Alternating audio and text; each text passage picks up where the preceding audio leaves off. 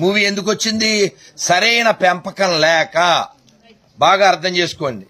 అందులో ముస్లిం అమ్మాయి పర్ఫెక్ట్ గా ఉంది, క్రిస్టియన్ అమ్మాయి పర్ఫెక్ట్ గా ఉంది, వాళ్ళ మతాచారాన్ని పాటిస్తుంది. మన ఆడపిల్ల ఓ దన్నంలే, ఓ పద్ధతిలే, మింగడం ఒకటే తెలిసింది. ఎందుకని? పెంపకాలు బాగులేదు. హిందూ తల్లిదండ్రులారా, ఈ ప్రపంచాన్ని రక్షించగలిగేది మీరే. మంచిగా పెంచండి. అది ఆడపిల్ల అయినా మగపిల్ల అయినా ఇంకొకళ్ళైనా ఇంకోరైనా సరే సరిగా పెంపకం లేదు. ప్రతి ముస్లిము వాళ్ళ పిల్లలకి చిన్నప్పటి నుంచి వాళ్ళ మతం ఏమిటో చెబుతాడు, ప్రతి క్రిస్టియను చెబుతాడు. కావాలంటే చెక్ చేసుకోండి.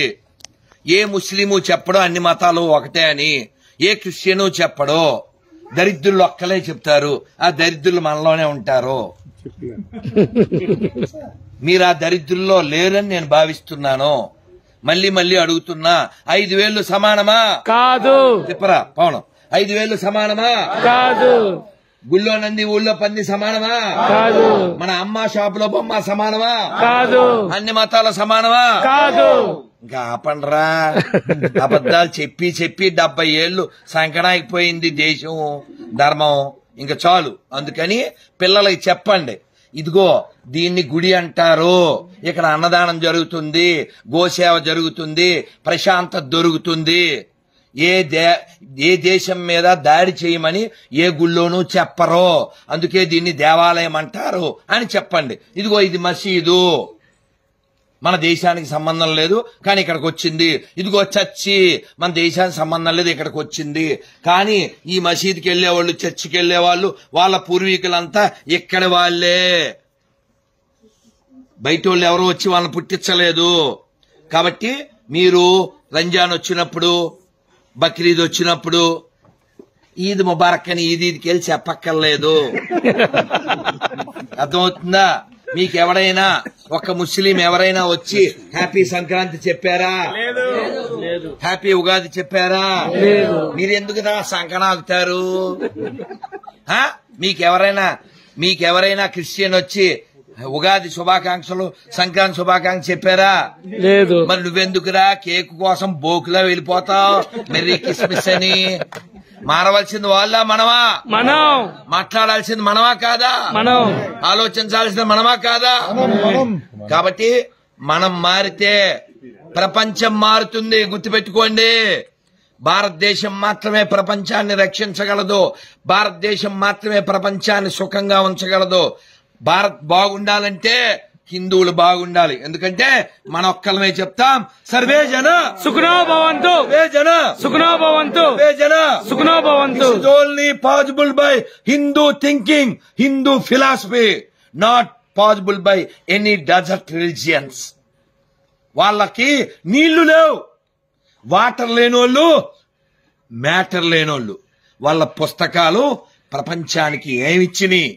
అశాంతినిచ్చిని, యుద్ధాన్నిచ్చిని, హింసనిచ్చిని. మనం 10 పండగలు కాదు 100 పండగలు చెప్పగలం, హింస లేకుండా చేసుకునే పండగలు. వాళ్ళు చూపించమను. వాళ్ళకు ఉండే 2 పండగలో 3 పండగలో రక్తపాతం లేకుండా పండగలు చేసుకోలేరు. వాళ్ళు మనకు ఉపన్యాసాలు ఇచ్చేదా? నువ్వు సిగ్గు లేకుండా ఫ్లైంగ్ కిస్సులు ఇస్తావా? కాబట్టి హిందువులారా, మీ పిల్లల బంగారు కొండలో, మీ ఆడపిల్లల బంగారు తల్లులు ఎప్పుడు మీరు నేర్పిస్తే, మీరు వినిపిస్తే, మీరు కూర్చోబెడితే, చూపిస్తే. అరే, లక్ష్మణుడు సీతాదేవిని ఆభరణాలు గుర్తుపట్టమంటే, అన్నయ్య ఇవి నాకు తెలియదు, నాహం జానామి అన్నాడు. మరి పాదాలకు పెట్టుకునే పట్టీలు ఇవి తెలుసు అన్నాడు. అదేమిటి? భుజకీర్తులు తెలియదు, మెడలోవి తెలియదు, పాదాలు ఎలా తెలుసు అంటే, నేను రోజు వదిన గారి పాదాలకు దండం పెడతాను. ఇది మన కల్చర్, ఇది మన సాంప్రదాయం.